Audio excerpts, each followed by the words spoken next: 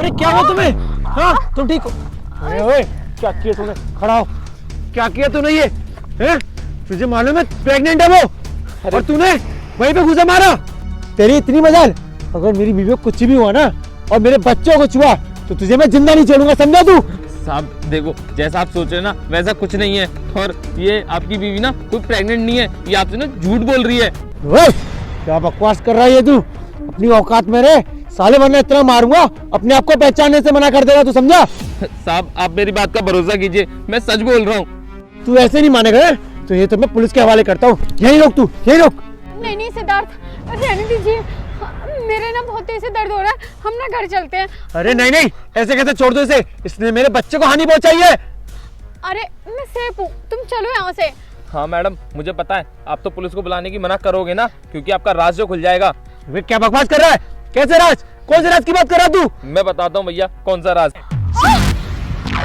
देखा साहब, मैं आपसे कह रहा था ना, आपकी बीवी कोई प्रेग्नेंट नहीं है, वो आपको इतने दिनों से बेवकूफ बना रही है। ये क्या शालिनी, तुम झूठ बोल रही थी? ये क्या गुब्बारा? तुम प्रेग्नेंट नहीं हो, वो गुब्बारा था। तुम गुब्बारा लगा के घूम रही थी। अरे क्या बाबू, कुछ बोलोगे भी? साहब ये क्या बताएंगी, मैं आपको सच्चाई बताता हूँ। अरे यार बहुत बड़ी प्रॉब्लम हो गई है।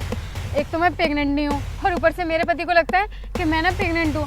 अगर उसे पता चल गया ना कि मैं कोई प्रेग्नेंट नहीं हूँ तो वो ना प्रॉपर्टी मेरे नाम नहीं कराएगा। अरे तो क्या हो गया, ड्रामा तो कर सकती है ना प्रेग्नेंट होने का, तो ड्रामा चालू कर दे। जैसे हमारे हाथ में प्रॉपर्टी आ जाएगी ये ड्रामा भी खत्म हो जाएगा। अरे ड्रामा करने में कुछ नहीं जा रहा, तू ड्रामा कर। वैसे तुम सही कह रहे हो, लेकिन बहुत डर भी है। अगर उनको पता चल गया ना तो यार बहुत बुरा हो जाएगा। जब तक उसको पता पड़ेगा ना, जब तक तो वहाँ की प्रॉपर्टी ना हमारी हो चुकी होगी। तू टेंशन मत ले और डरे मत। क्या ये फिर से नहीं है, ये प्रेग्नेंट होने का नाटक कर रही हैं? ये तो उनके साथ बहुत गलत कर रही हैं। लगता है शायद मुझे कुछ करना पड़ेगा। ठीक है, मैं सिद्धार्थ भैया को ना सब कुछ सच सच बता दूंगा। तो साहब ये सब हुआ था। शालिनी तुझे मालूम है ना कि हमें और हमारे परिवार को इस बच्चे से कितनी उम्मीदें थी, कितना आस लगाए बैठे हैं सारे कि हमारे घर पे नई किलकारी आएगी। कितने सपने देखे उन्होंने, और ये तुमने क्या किया?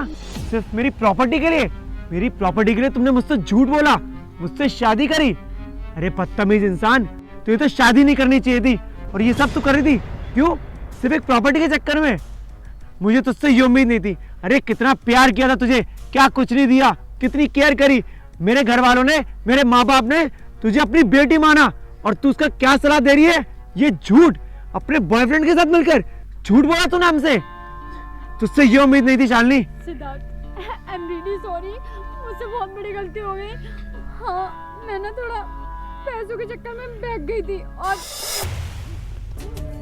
तुम समझो ना प्लीज। सॉरी, मैं कुछ बताने लायक नहीं हूँ Siddharth, I am really sorry. आज के बाद मैं तुम्हारी शक्ल यहाँ पर देख ना लूं। अब तुम जाओ अपने बॉयफ्रेंड के पास, डाइवोर्स के पेपर्स मैं तुम्हारे घर पहुंचवा दूंगा, ठीक है? अब मैं तुम्हारी शक्ल नहीं देखना चाहता, क्योंकि अगर 2 मिनट तुम यहाँ पर खड़ी रही तो मेरा हाथ उठ जाएगा तुम पर। इससे अच्छा निकल जाओ यहाँ से। सिद्धार्थ प्लीज। मैंने बोला निकल जाओ यहाँ से। सॉरी भाई साहब, मैंने आप पर बेवजह ही हाथ उठाया और आपको भला बुरा कह दिया। आप तो मेरी मदद करना चाह रहे थे और मैंने आपको कितना भला बुरा कहा, क्या कुछ नहीं सुना दिया? मैंने तो आपकी इज्जत पे भी हाथ उठाया, मुझे माफ़ कर दीजिए। कोई बात नहीं भैया, आपकी गलती नहीं है। आपकी जगह शायद कोई और होता तो शायद वो भी ये सभी करता, और वैसे भी कोई नहीं, आपको सच्चाई का पता चल गया ना, वही काफ़ी है।